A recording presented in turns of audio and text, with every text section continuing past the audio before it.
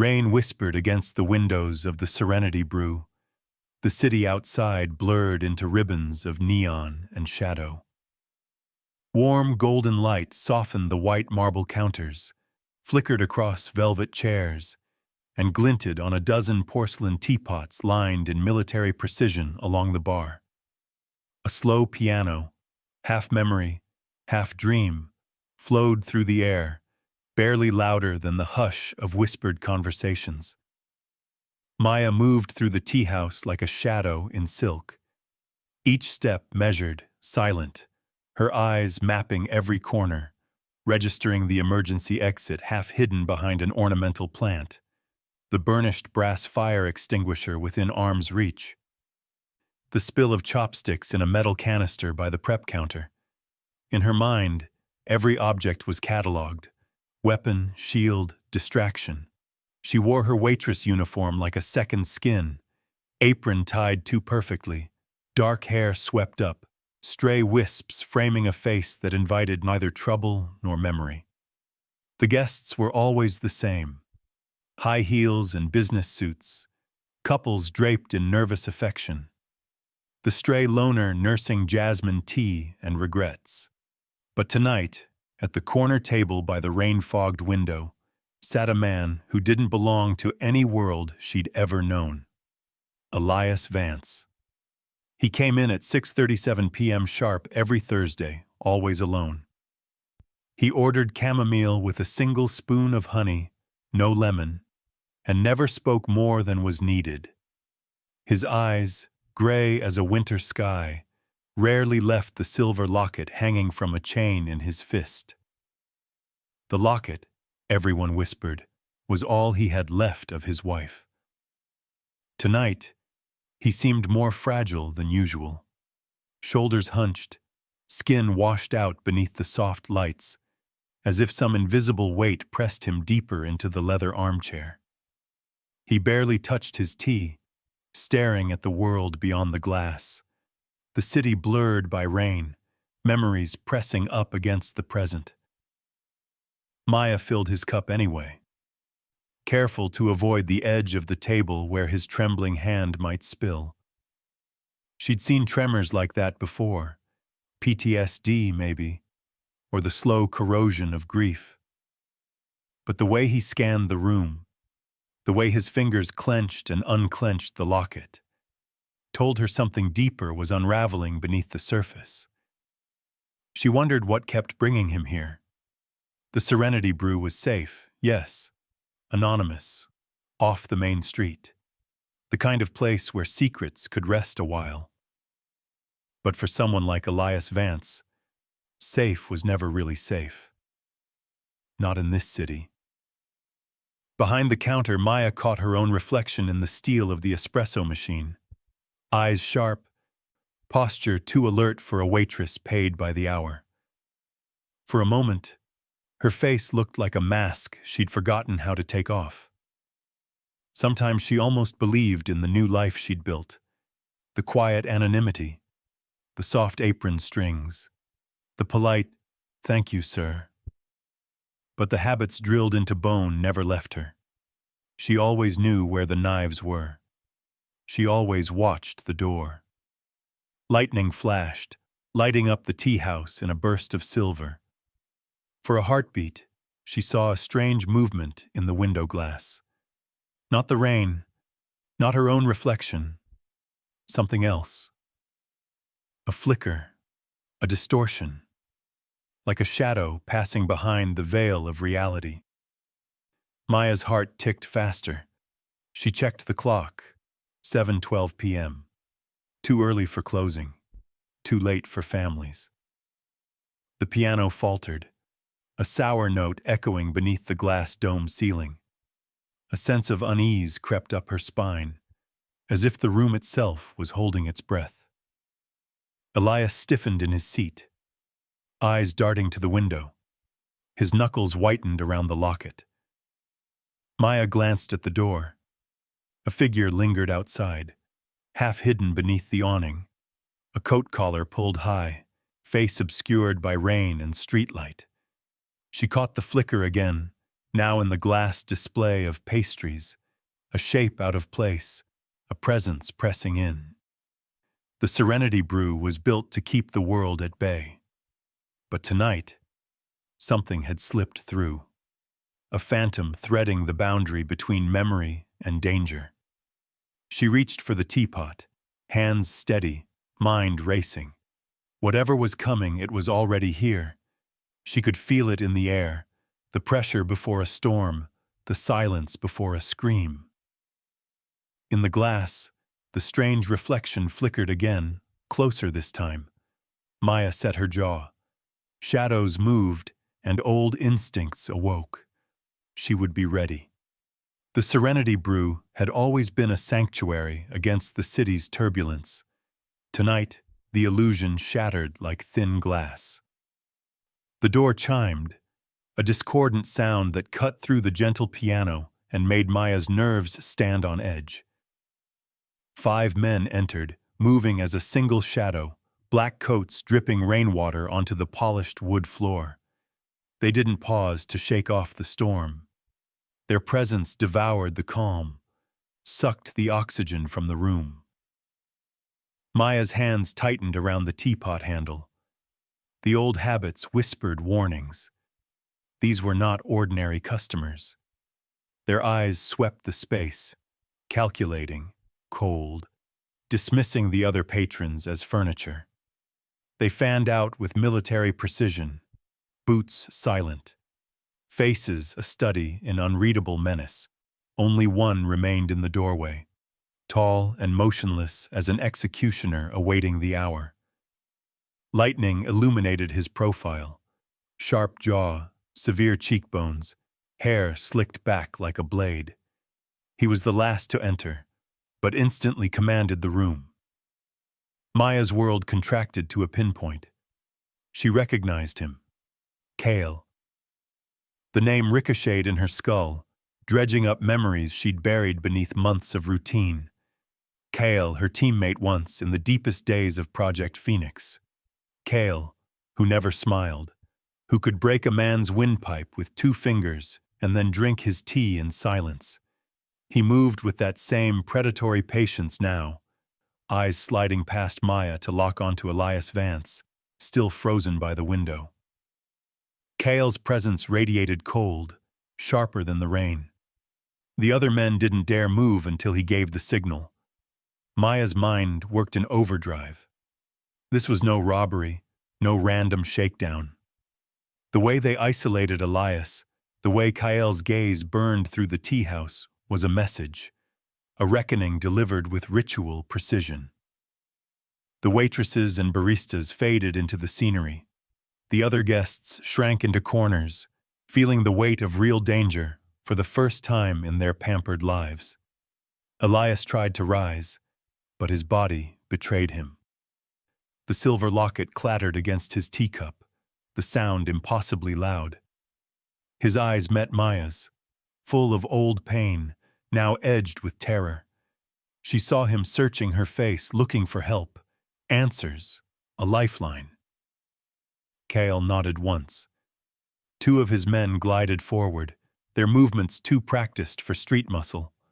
The remaining 2 blocked the exits, hands inside their coats. Maya's pulse spiked. She counted the variables. 4 armed, 1 controlling. Elias, defenseless. Herself, disguised, but not disarmed. The room's geometry shifted in her mind, angles becoming lines of attack, tables obstacles, boiling water a silent ally. For a heartbeat, time held still. The storm outside battered the windows in wild, irregular patterns. Inside, the only movement was the slow, inexorable approach of Kyle's men toward Elias's table. The piano had gone silent. Somehow, no one had noticed the player slip away. Elias didn't plead, didn't flinch. He simply stared at Kyle, and for a moment the pain in his eyes became defiance. Maya's instincts screamed. She remembered the endless training, the bruises and the drills. A weapon is useless if it cannot choose its moment. Kale's gaze flicked to her, acknowledging her at last, a ghost of recognition in his expression. Not surprise, but disappointment, as if he'd expected her to vanish into her new life. And yet here she was, inconvenient and unfinished.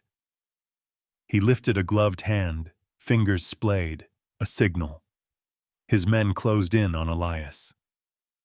Maya's grip tightened on the teapot. Every muscle tensed, every memory from Project Phoenix roaring back.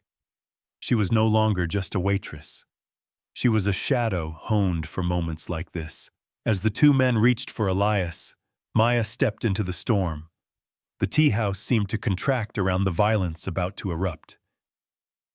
Maya slid between the tables, her movements fluid but unhurried, eyes never leaving Kyle's men as they closed in on Elias.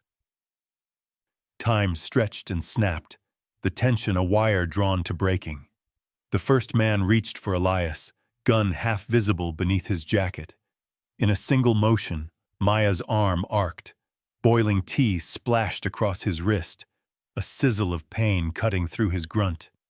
His reflexive grab missed the locket and shattered the teacup instead. The second man lunged. Maya's other hand flashed out. Pastry tongs caught him in the throat, the blunt metal crushing his breath, sending him reeling backward into a table of startled customers.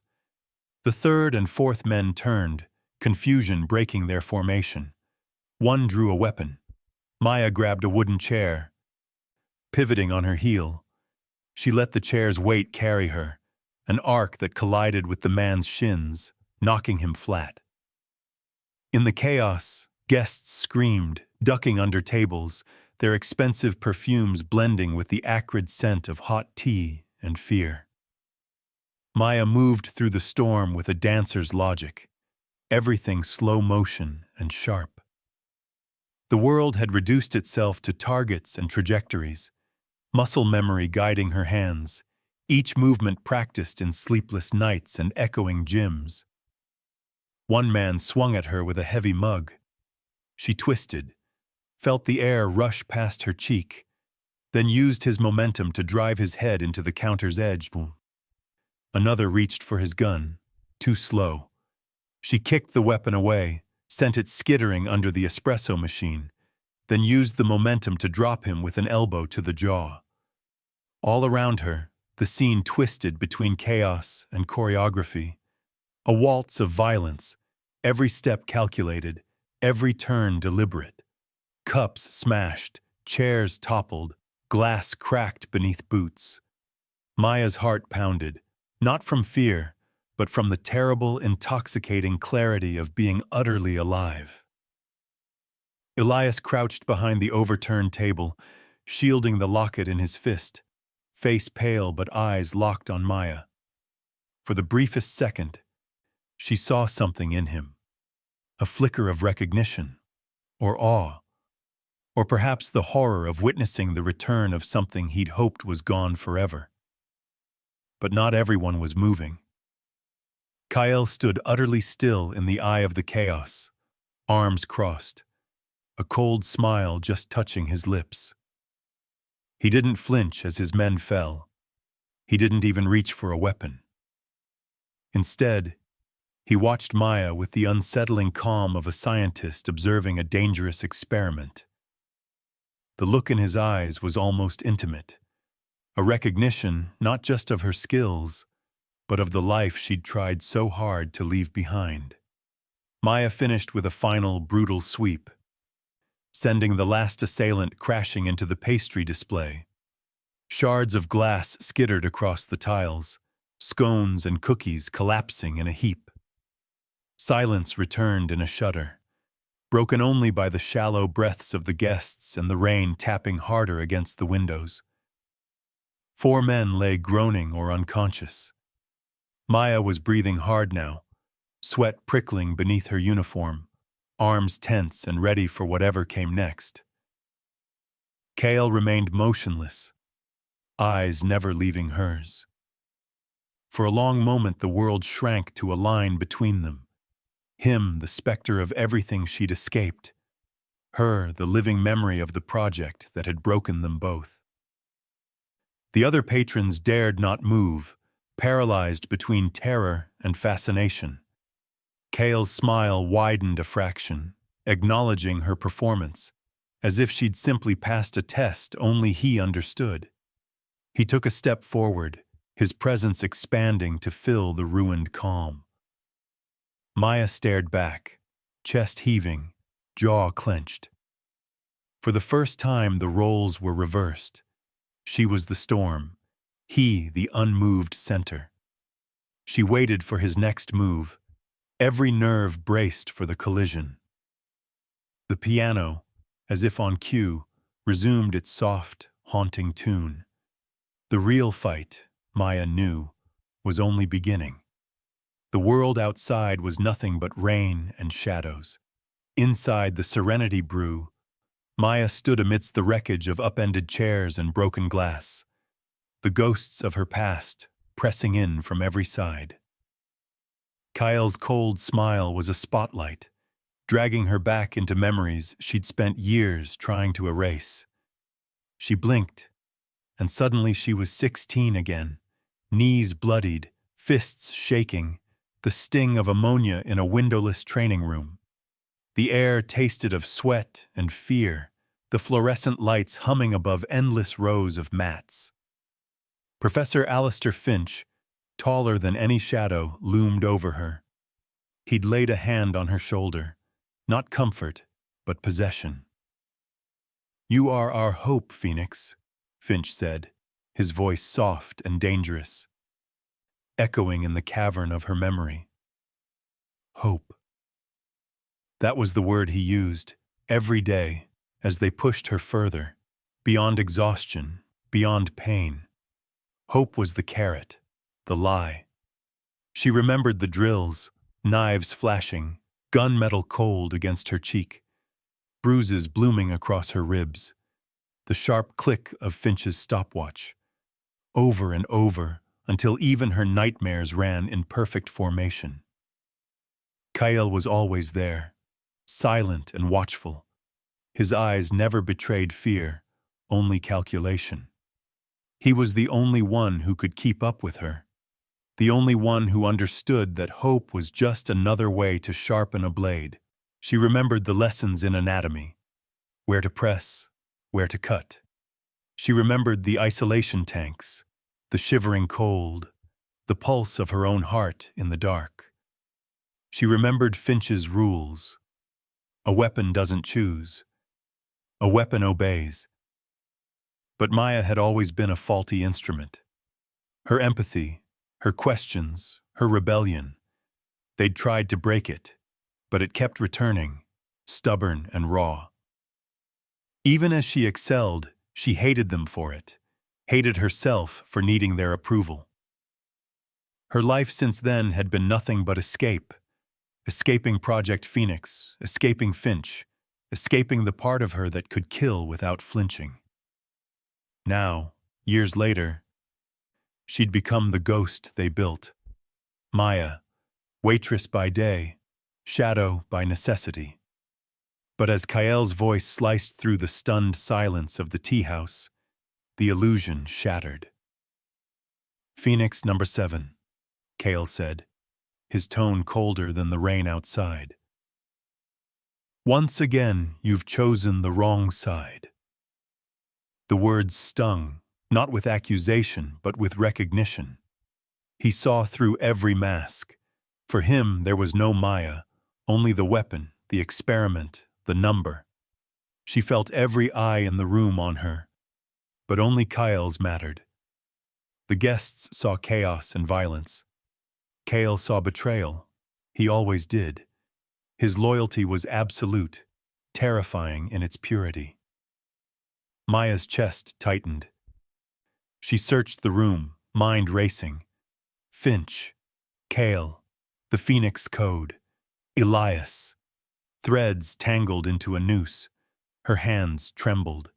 She pressed them into fists, steadying herself, forcing her breath to slow. Kale was testing her, pushing her to choose again, to return to the path she'd fled. She could almost hear Finch's voice. You cannot outrun what you were made for. But Maya wasn't the same girl anymore. She had chosen once. She could choose again. Rain hammered the windows, drowning out the murmurs of frightened guests. In the ruined calm, Maya faced Kale, meeting his gaze without flinching. She didn't answer him, not with words.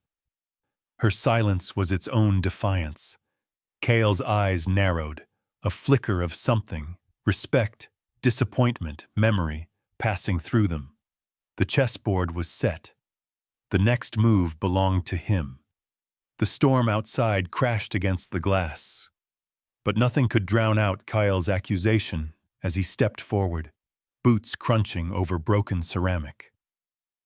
The tea house had become a mausoleum of secrets. Frightened guests huddled near the exits, staff frozen mid-movement, every eye drawn to the center of the room where the real battle had just begun. 4 men down, groaning amid shattered chairs. Kyle alone stood unscathed, the barrel of his pistol suddenly glinting beneath the lights. He leveled it at Elias, not with haste, but with the cool intent of a judge passing sentence. Professor Finch sends his regards, Kale said, his voice echoing off the marble. He wants to know why you let his daughter die. The words struck Maya harder than any fist. Finch, her mentor, her captor, the architect of all this darkness, now a phantom orchestrating vengeance from afar. The daughter. The rumor whispered through every corridor of Project Phoenix, the wound at the heart of Finch's fanaticism. But hearing it now, so naked and sharp, set Maya's pulse racing. Kyle pressed on. Stepping closer to Elias, eyes hard and bright. Why did you hide the Phoenix Code inside that locket? He nodded toward the chain clenched in Elias's trembling hand. Finch knows what you did. He says her blood is on your hands. Elias's face contorted. Shame, grief, anger all colliding in the flicker of candlelight. He didn't move, didn't plead. He simply gripped the locket tighter, the veins in his hand stark against skin gone pale. Maya felt the room tilt around her. Kale's words rewrote the story she thought she knew. Elias, the quiet man who nursed tea and heartbreak, suddenly cast as the villain in a tragedy that had consumed them all. The Phoenix Code, a name whispered in nightmares, now the axis on which every life in this room spun. Kale's finger tightened on the trigger, eyes never leaving Elias. Finch's daughter died in a lab explosion. Because of the technology you buried, the code you tried to erase. His voice was colder than before, clipped and final. Finch wants closure. He wants justice. The silence that followed was a chasm. Maya's breath came fast, memory and instinct warring inside her. She looked at Elias and saw a man already buried beneath regrets, the locket his last shield against oblivion. In that moment, Maya's own loyalty trembled. Finch was the architect of her pain, but also the only father figure she'd ever known. Elias was a stranger, but suddenly he was the linchpin, the last keeper of a secret too dangerous to name. She took a step toward Kyle, voice low and steady. This isn't justice, Kyle. This is revenge. He didn't even look at her. For Kale, there was no distinction. Rain thundered, lights flickered, and somewhere in the distance, sirens began to wail, a reminder that the world outside was closing in. Elias closed his eyes, exhaling as if the room itself pressed down on his chest. Maya saw the locket tremble in his grip, and for a heartbeat, she wondered if he would finally break, confess, beg, offer up the code as penance. But he said nothing. Silence was his answer. defiance and guilt wrapped in one exhausted gesture. Kael didn't move, pistol steady, gaze unwavering. Maya felt the next choice looming. The ghost of Project Phoenix, the code, the lives lost. They were all here, pressing down on the battered floor of a tea house that would never know peace again. The tea house was a battlefield now, fear hanging thick in the air, broken china underfoot, every survivor holding their breath as if a single gasp would shatter what remained of the calm. Maya's pulse thundered in her ear. Kael's pistol never wavered, pointed straight at Elias's heart, his grip unflinching. For a long moment it seemed Elias might never speak. He sat slumped, rain-soaked shadows crawling across his face, the locket pressed so tight in his fist that the chain dug angry lines into his skin. He looked not at Kael but at Maya, as if searching her for some memory of hope. At last, his voice broke the silence, fragile, but threaded with something that sounded almost like resolve. "I didn't hide the code for myself," Elias said. The words hung in the air, drawing every gaze. It was incomplete. If anyone tried to activate it before it was ready, before it was tested, he faltered, fighting for breath. It could rewrite genetic patterns, not just cure, but mutate, change everything. It could become a weapon that would never stop evolving. The room stilled. Even Kael's hand trembled, ever so slightly, at the possibility of such power. Maya's mind raced. She'd heard rumors in the training halls of Project Phoenix, fragments of what the code could do, stories whispered as warnings, threats, prayers. Elias's trembling fingers fumbled at the locket. He snapped it open with a soft, metallic click. Inside, nestled beside a faded photo of a smiling woman, was a microchip, no larger than a fingernail, but radiating danger in its simplicity.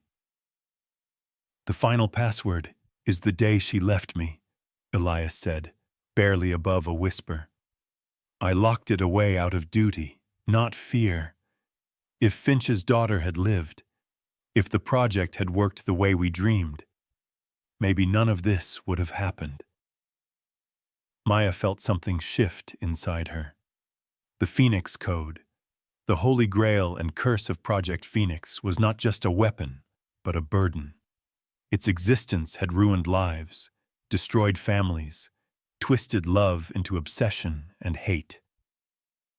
Kael's eyes narrowed, his voice icy with disbelief. "You expect us to believe you did this for the world? That Finch's daughter, my sister, died for a lie?" Elias stared back, the grief and guilt etched deep in the lines of his face. "She was braver than all of us. She knew the risk, the cost." Maya stood frozen between old loyalty and new truth. Finch's daughter, a sister to Kael, a legend to Maya, had become the center of every wound in this room. For a moment, she saw herself reflected in both men. Kael's loyalty twisted by pain, Elias's resolve burned to ash by loss. She wanted to move, to speak, to do anything but stand trapped in the wreckage of choices made years ago. The microchip glinted in the locket, a promise and a warning. Kael's finger tightened on the trigger, jaw clenched, unwilling to accept Elias's confession. His faith in Finch, in vengeance, was too complete. Maya's heart hammered. She understood now. This wasn't just about revenge or justice or even the code. It was about what you chose to do when the world broke, whether you tried to fix it or just let it burn. Outside, the rain fell harder, a relentless drumbeat counting down to the next explosion. Inside, the only sound was the click of Elias snapping the locket shut, holding the past and future in the palm of his hand. The air in the Serenity Brew snapped taut, tension vibrating between three survivors of an old war. Kael's gun didn't waver. His face, usually so impassive, twisted with a kind of righteous fury Maya had only seen in the final days of Project Phoenix. His finger hovered on the trigger, one breath away from ending Elias Vance. Maya's mind raced. The years of training, the relentless breaking and remaking, had prepared her for many kinds of violence. But not for this. Two old ghosts, each convinced their pain gave them the right to destroy what little was left. Her loyalty, shaped in Finch's laboratory, battered in every choice since, was caught between them. She stepped forward, body angled between Kael and Elias. Her voice, when it came, was ragged but clear. "Kael, stop. This isn't our path." Kael's eyes flickered to her, a shadow of the boy she'd trained beside, a flash of confusion, of old affection, warred with the soldier's conviction. But his words were iron. "A weapon should never be buried," he spat. "It should be used or destroyed." The pistol swung between them, a threat made real by old betrayals. Rain hammered the windows, sirens grew louder, but the only world that mattered was contained within a few feet of ruined floor. And then Kael moved, fast, precise, a blur of muscle and violence. He lunged, not at Elias, but at Maya, rage and grief turning every move lethal. She met him in kind, old training surfacing, muscle memory dictating each counter. They crashed through the tea house, table legs and broken glass skidding across the tiles. His blows were furious, each one fueled by the weight of his sister's death, the years lost to Finch's obsessions. Maya absorbed the pain, twisting, redirecting, refusing to let his anger dictate the end of her story. For every strike he threw, she answered, not with brutality, but with the discipline Project Phoenix he had burned into her soul. They fought like siblings cursed to destroy each other, silent, desperate, wordless. Kael's fury was wild, a tempest that threatened to consume them both. Maya's resolve was steel, sharpened by survival, refusing to let vengeance win. At last, Kael stumbled, breath ragged, eyes wide with shock and denial. Maya swept his legs, pinned him to the ground, her own hands shaking from exertion and grief. He glared up at her, defeated but unrepentant. "Finch will never forgive you," he hissed. Maya's answer was a silent promise. "I don't need forgiveness. I need freedom." Police sirens wailed just outside, blue and red lights flaring against the rain-soaked glass. Someone must have called them during the chaos, or maybe fate had finally caught up to all of them. Kael's resistance ebbed, exhaustion overtaking his rage. He slumped, still defiant, still loyal to a cause Maya could no longer follow. Elias staggered to his feet, locket in hand, face lined with relief and remorse.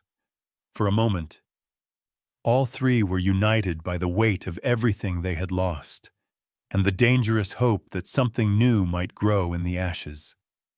Outside, the world crashed back in.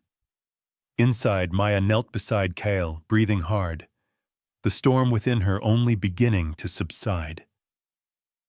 Blue and red lights stuttered through rain-soaked windows, painting broken porcelain and bruised faces in uneasy color.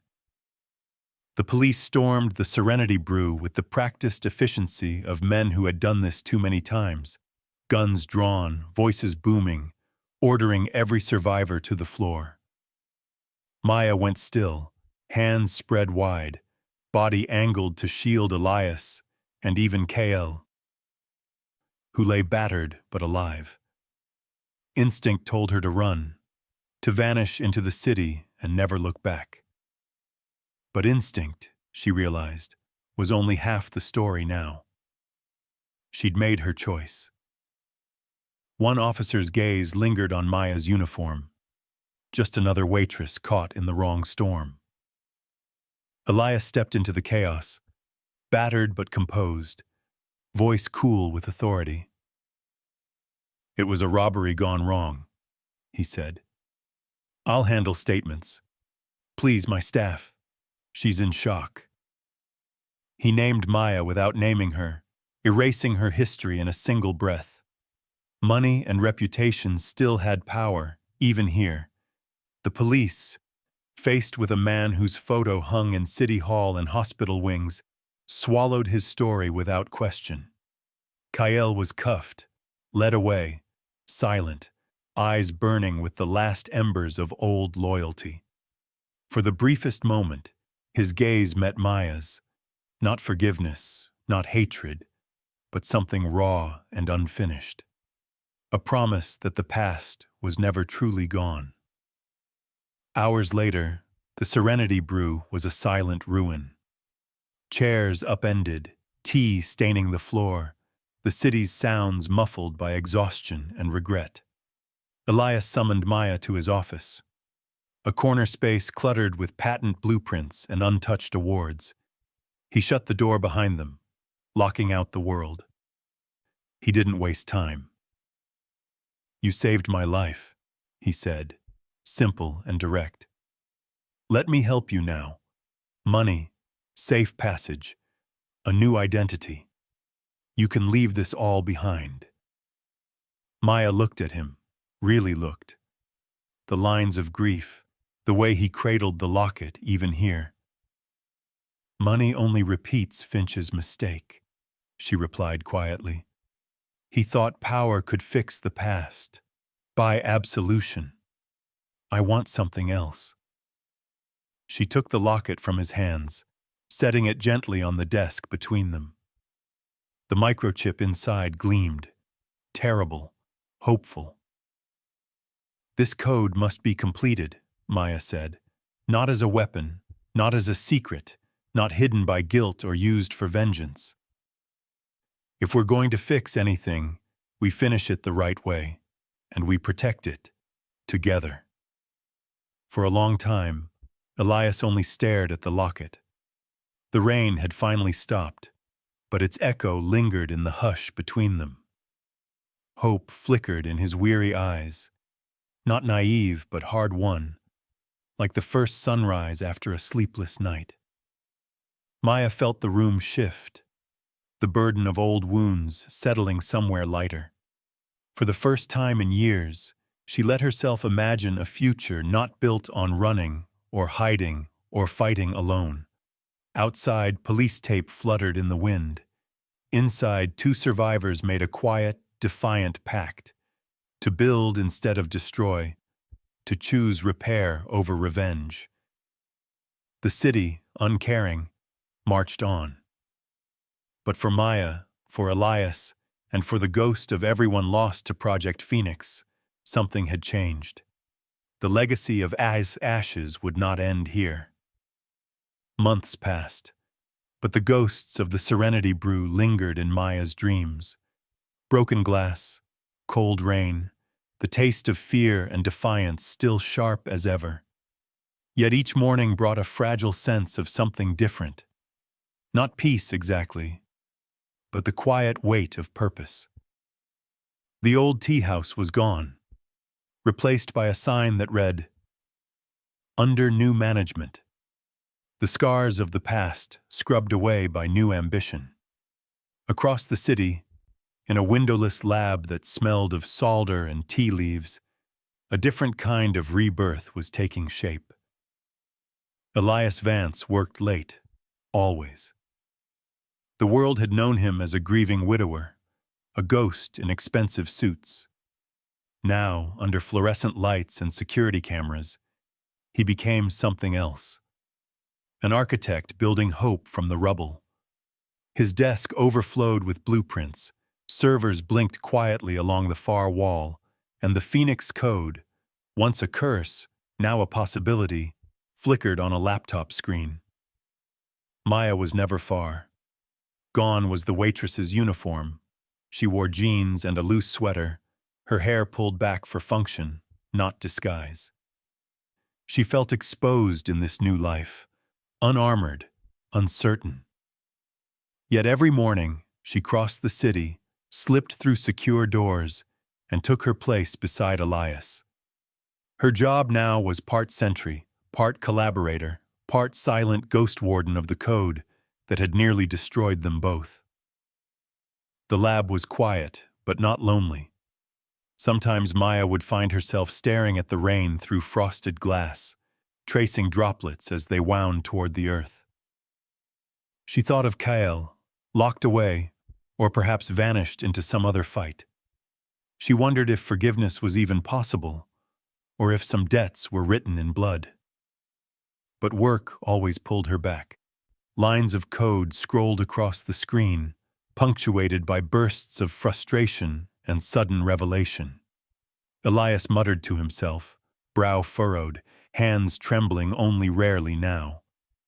Once, in a rare moment of levity, he asked Maya how she wanted her tea. She smiled, a small, real thing, and poured it herself, setting the cup by his elbow just as she had on that first stormy night. It became their ritual. Each day's work began with tea, one cup for hope, one for memory. The gesture, simple as it was, marked the difference between what had been and what might still be. There were setbacks. The Phoenix Code was volatile, its logic as unpredictable as the lives it had ruined. Some nights, failure nearly broke them. Some mornings, Maya thought of walking away for good. But always, something kept her there. A stubborn loyalty, a belief that broken things could be mended. Then, late one evening, a quiet miracle. The computer screen blinked green.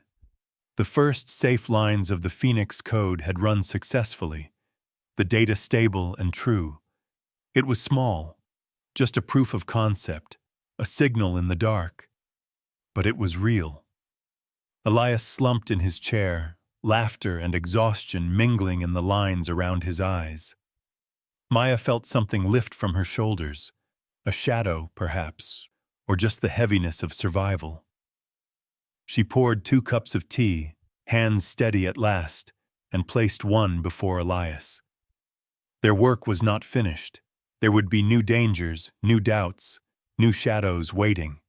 But in that small lab, with the rain falling beyond locked doors, Maya allowed herself a rare, reckless hope. A code rewritten, a life reclaimed, a new beginning, fragile as dawn. On the screen, the green light blinked, a heartbeat of promise in the dark. For the first time in years, Maya woke to sunlight instead of sirens. The world outside the lab had not changed, its chaos, its sharp edges, its ceaseless rain. But something inside her had shifted, quietly and irreversibly. She brewed tea in silence, hands steady, breath deep and even. This, she realized, was what it felt like to belong not to a mission, but to herself. Elias joined her in the kitchen, locket dangling against his shirt, lines of fatigue giving way to a gentler gravity. The Phoenix Code had passed its first test, and with each new line, hope took root. But they both knew the road ahead would be uncertain, threatened by old enemies, new temptations, and the constant risk that ambition might twist even good intentions. Still, the greatest danger had always lived inside them. Grief, anger, the temptation to give up or give in. Maya had spent half her life as a weapon, the rest running from her own shadow. But here, in this slant of morning light, she understood the lesson Project Phoenix had tried to erase. Repair was harder than revenge, but infinitely more powerful. Some mornings, she visited Kael, now just a face behind glass, a voice filtered through static. His anger had cooled, replaced by a bleak acceptance. He spoke less of Finch, more of his sister. For a long time, Maya wondered if forgiveness was possible, then realized it didn't matter. Healing was not about forgetting, but about choosing what came next. Elias poured himself tea, hands no longer shaking. "You know," he said, "Finch let love turn to hate. I tried to turn love into responsibility.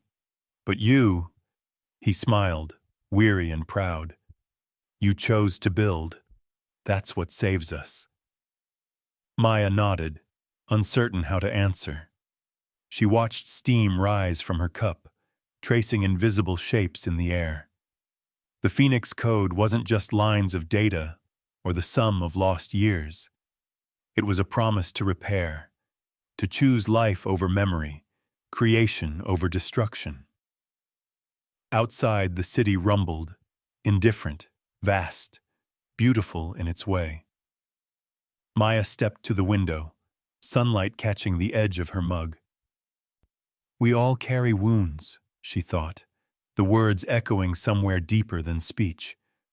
"But the greatest healing begins when we face them and choose to create, not destroy." For the first time, the future was not a corridor lined with doors she couldn't open. It was a space she could fill, one step, one cup of tea at a time. And now, dear listener, if this journey touched you, if you saw a fragment of your own battle in Maya's story, leave a like to help others find hope in the ashes. Share your story in the comments below. You never know who needs to hear it. And if you want more tales of resilience, mystery, and the courage to begin again, subscribe and join our community. Your voice, your presence is what keeps us building together. Thank you for listening. The screen fades, first to the channel's logo, then to the glow of possibility, waiting for the next story to rise from the embers.